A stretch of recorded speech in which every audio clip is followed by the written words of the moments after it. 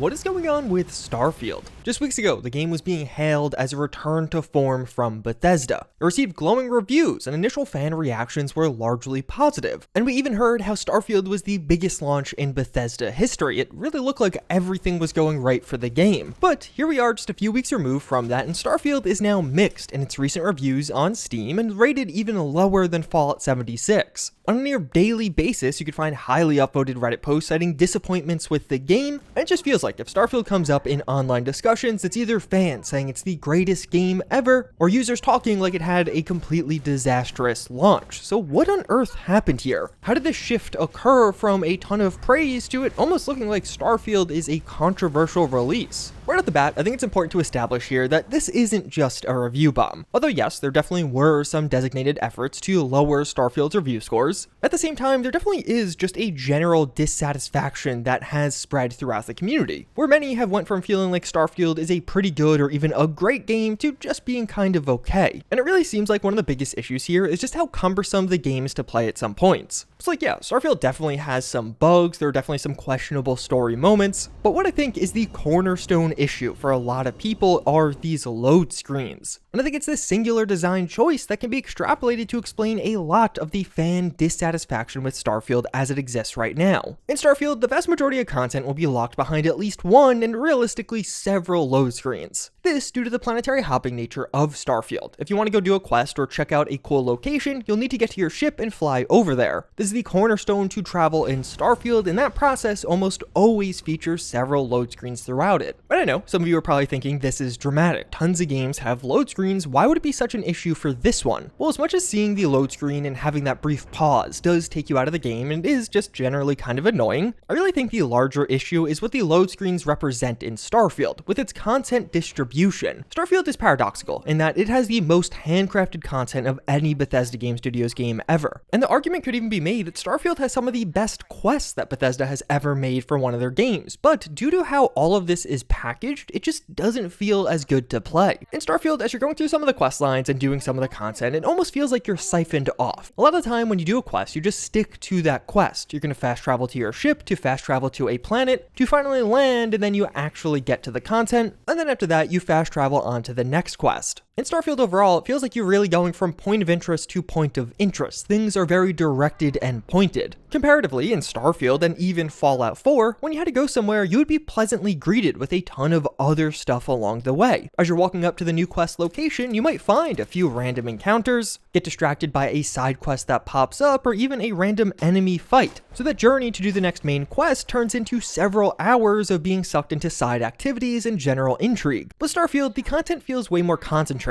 Sure, around New Atlantis and Aquila City, you could find tons of distractions. Your quest log will immediately fill up when running through these cities, but it's almost so overabundant, it's to the point where you just ignore it. Like when you get one interesting side quest, that's one thing, but when you get 10 all at once while running through a city, you just kind of ignore them and stick to whatever you're doing. And from a very early point into Starfield, you're almost encouraged to go straight to the destination. Fast travel directly to the lodge instead of running through all of New Atlantis to get there. And I think a big reason that many players are sticking to this type of play is how many load screens there are naturally in Starfield. If you just play naturally, not going out of your way to jump around a lot, but just following some of the main quest lines and doing general activities, you're going to see a ton of load screens. And as such, a lot of players are going to look for ways to avoid those load screens, which basically means beelining to quest objectives or other locations. And I think this could be part of the explanation for why you're seeing some of these reviews with a ton of hours in Starfield that aren't super happy with the game. The load screens and the persistence of them almost have this cumulative stacking effect. You put 50 hours into the game and they start to get really annoying. After a while, Starfield can just feel frustrating to play due to these load screens, or at least that is something I've started to notice as my played hours get higher and higher. It's not that I'm not actually enjoying the content as I'm doing quests and even sometimes outpost building. I'm having fun, but it's the load screens and some of the packaging around it that are just kind of annoying, and I get tired of dealing with them. And particularly when you play a different game or even go back to some other Bethesda games, then return to Starfield, you realize, wow, there are a ton of load screens in this. So it creates this weird situation where, despite the fact that Starfield does have the most content of any Bethesda game, it just doesn't really feel like it. Due to the design, you are more segmented in what you're seeing, and the content is so spread out that it almost feels sparse at times. Like, yeah, you have this gigantic star map with tons of locations, but the vast majority of these will have nothing but procedurally generated content in them. It feels like with Starfield, somebody early on decided the game needs to have tons of planets to explore, and that became a guiding mantra to the game. But I honestly feel like the game is a little bit less fun as a result of this. Like, imagine if Starfield had only 50 planets instead of over 1,000. And what if among those 50 planets, about 2 or maybe even 3 were handcrafted, or at least had significant portions of them being handcrafted? Like, what if New Atlantis had all of the major United Colony settlements on it, and you could actually walk from one to another and perhaps stumble upon miscellaneous things in between? But then at the same time, you still could go off planet to explore a barren moon after some time on the main planets. Obviously, it's too late now to do that, but I honestly think Starfield suffers from a packaging problem of sorts. This game really does have some of the best content Bethesda has ever made, but due to how the game plays at points, it could just be really annoying to get to the good stuff. I think if many of the existing quest lines were a bit more concentrated location-wise, so you only had to go to a few planets, the load screens and all of the other aspects around this would be a lot less of an issue, and I think a lot of people would be having a lot more fun with the game. Because when it comes to New Atlantis, despite it being the biggest city Bethesda Game Studios has ever created, it doesn't really take that long to find the barren planet behind it. At all points, you're just a short walk away from the procedurally generated content. And I really do think if there were some more connections between the handcrafted content and not having to deal with going in a spaceship and a bunch of load screens, things would just flow a lot more naturally. And what does make this feel a lot worse is just how bad exploration is in Starfield. Like, yeah, there are tons of planets to travel to and explore, but pretty quickly you'll start to realize that there isn't a whole lot of interesting things to do there. Firstly, the points of interest are just way too far away. After several load screens, you finally land on a planet only to have a several minute long run to get to the actual new content. And after that long run, all you're gonna find is likely a couple of enemies to take out and not much more. Starfield's random encounter system is really cool in concept. You land on a planet and a bunch of random handcrafted content will be placed around you. So you never know exactly what you're going to find on a planet. The problem with that content is most of it's incredibly forgettable and surface level. There isn't that much variety between them. After a few of these points of interest, you get a pretty good idea of what all of them are and how the questing with each of these will go. Like, yeah, the first time a ship randomly lands near you, it's really cool and interesting. After the 50th time, you kind of get over it. And I think this is one of the biggest misses with Starfield. Going to random planets and exploring is incredibly unrewarding. And even some of the far out planets and the outer reaches of the explorable galaxy are just not that interesting. You realize some of the high level systems are basically the same as the low level and central systems, they just have higher tier enemies. There's not much unique out there. I know I was excited to see what was out in the far reaches of space, but it turns out it's just pretty much the same as what's at the center of space. Random pirates and the occasional scientist. And ironically, I would feel like one of the other issues with this is it's almost unfortunate that there are no barren planets, or very rarely any barren planets. Like every moon, even that super far out one, all the way in the edge of the galaxy, has something on it. I feel like it would have been a lot better to have some truly barren planets that you're the first person to ever land on it. And the baffling part about this all is I feel like Bethesda did create the solution. Their random encounter system is incredibly powerful and you could have some incredibly awesome moments. Like imagine you land on a random moon, walk up to the small space colony setup and genuinely get a branching side quest. It could dive into the politics and backstory of this colony and whatever wacky beliefs they developed on this moon. That would be incredible. Having some select plot lines reserved for otherwise desolate planets would have been an awesome thing to randomly stumble upon. Like imagine you land on one of these distant far out moons and find a bunch of people who really thought they were the last surviving humans in the galaxy. You could have this randomly placed using the random encounter system so you never know exactly which moon it'll be on. And if Bethesda specifically created certain quest lines for this, I feel like it would have been a huge success and been really interesting. Perhaps there are some technical limitations as to why they can't fully dive into that, but surely there's better than something like this, right? And I think this is the core of why people are getting increasingly frustrated with Starfield. This game has some incredibly good content, but I think many are realizing that a big part of what makes a Bethesda game special is how that content is connected, and some of the random encounters and stories you can create in between. And due to how Starfield's designed, that sense of exploration and wonder is just really neutered here.